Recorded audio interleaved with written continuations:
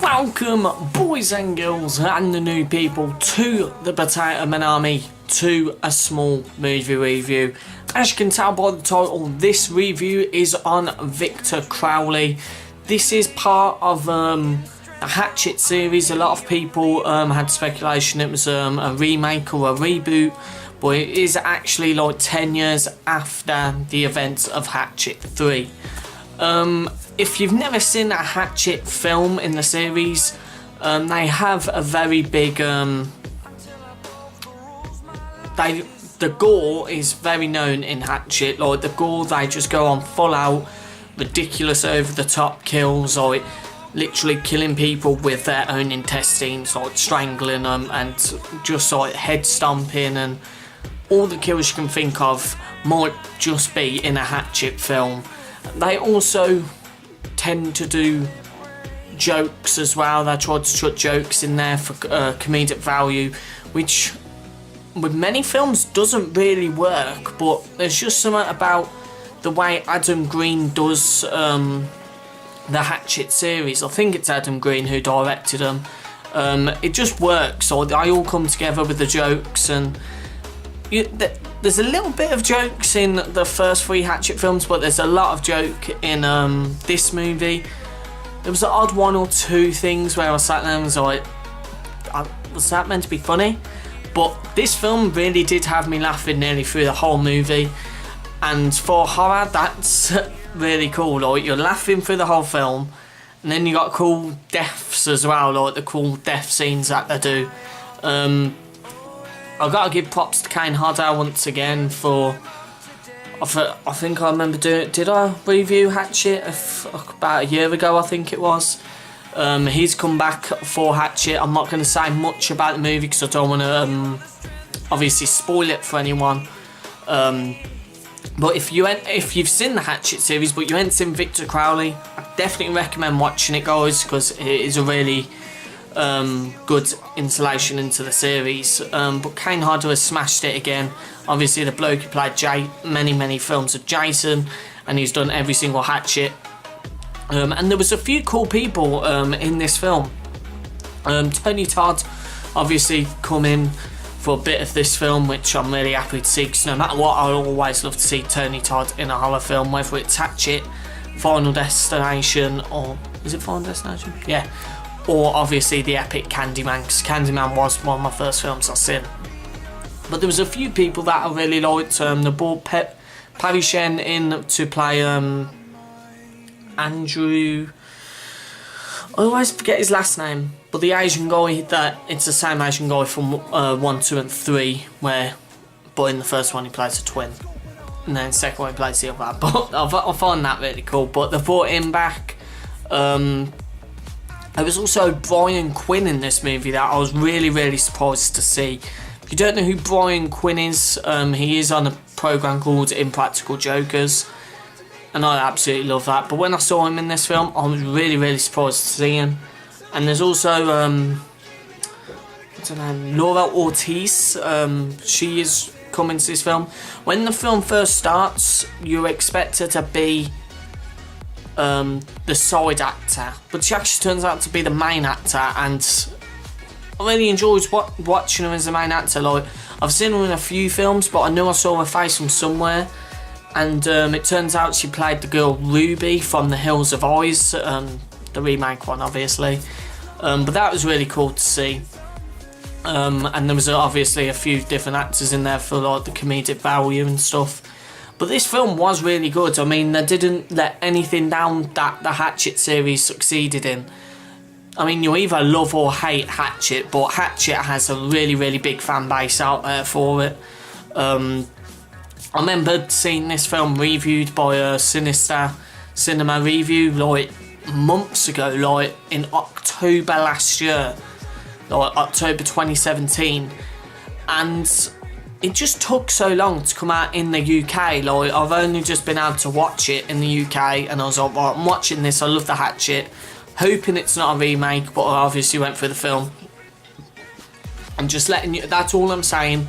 This film isn't a remake or a reboot or anything like this, but I just love how they've kept to what Hatchet is. Many horror films have go the different way, like over the years. Hellraiser lost its touch, but it got brought back a bit with Judgment. That's what I really like to see, and they've just kept to what Hatchet was with the over-the-top kills, the comedic value, and the one thing I always love with Hatchet is the heavy rock music at the start and the end of the film. Just the epic rock music, like proper heavy stuff. But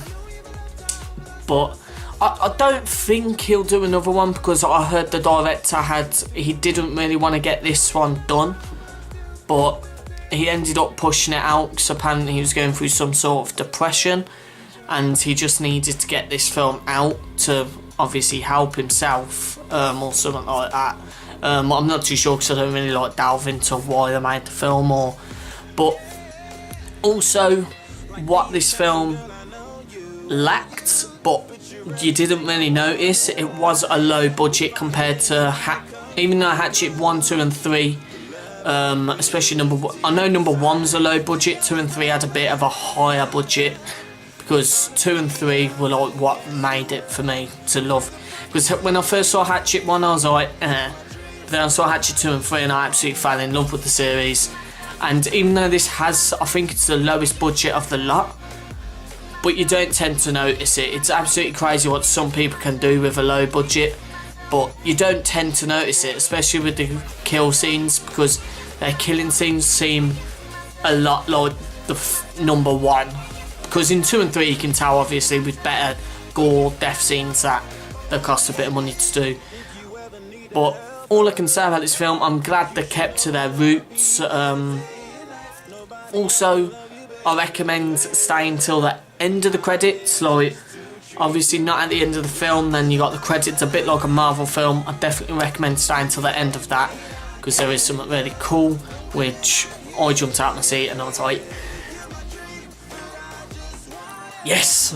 I'd like to see him make another one, because you just can't be over the top. How they make things work, I'd only want to see another Hatchet being made if Adam Green makes it, because he makes that comedic, the comedy and the horror come together so well, and he's done an amazing job in Victor Crowley. But yeah, I definitely recommend, if you went to a single Hatchet film, I definitely recommend seeing them. If you like your over the top high kills films. I know no chair, this squeaks like hell. But yeah, and like I said, they brought in some amazing actors. I mean, that Laurie Ortiz was really cool to watch. It was cool how they made you think she was a solid actor, but she weren't. She was actually the main character, and that worked really well. And bringing back Kane Hodder, I'm so glad they've done that. Many films have the problem of changing the actors and stuff like that. But yeah, what else can I say about this film? Talked about the budget, talked about the horror, talked about the act. I think the only thing I've got left to do is give it obviously an overall rating. I'd give every single Hatchet, or obviously a 7 or an 8. Number 1 I'd most probably give a 6. But this one, I'm going to give this one, me personally, it's my opinion. You can all go on your opinions after you've seen the film.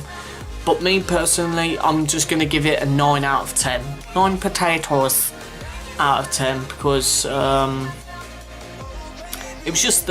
it was obviously a tiny bit of low budget stuff, but then there was also a few jokes that made me sit there like, I didn't really get that. But a 9 out of 10 and bad in my opinion. If you have seen this film, let me know in the comment section what is your opinion on the movie, what rating you give it and stuff like that. And if you ain't seen it, I definitely recommend it.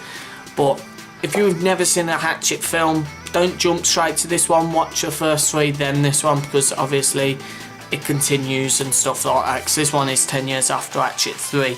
But I'm going to give it a 9 out of 10.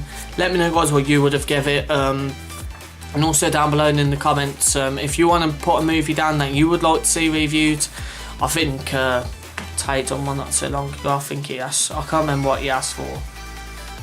I can't remember. I'll have to look back. I might review that next week. But if you'd like to see a film reviewed and I like the look of the sound of it, I'll review it, and if I do, I'll feature your channel in the video when I review it. So if you have any films you want reviewed, leave them down below in the comment section. If you have enjoyed this video and review, please give it a big thumbs up. Let's aim for 15 likes for this video. That'd be absolutely amazing. And if you have enjoyed this content with this review, the underrated YouTubers, the live streaming, and you're new to the channel, please hit that subscribe button and join the Potato Army today, because we're giving an Egan Pop vinyl away at 900 subscribers. So make sure you're in for the chance to win that. And also don't forget to turn on the notification bell to get notified when I do live stream, and for underrated YouTubers coming up tomorrow, because I know a lot of you guys have missed that series. I think it's been about 3 weeks or a month since I last uploaded to underrated YouTubers, but it is coming back tomorrow. So make sure you got that notification bell on to get notified, and I'll be live streaming later tonight, maybe like as soon as this video is uploaded. So yeah.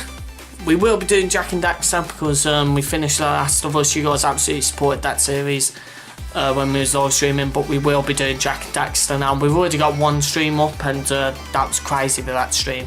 So can't thank you guys for that. But I've been dominating SPUD. I'll catch you guys later for a live stream. But I love you, Potato Army, and like always, don't forget to stay starchy.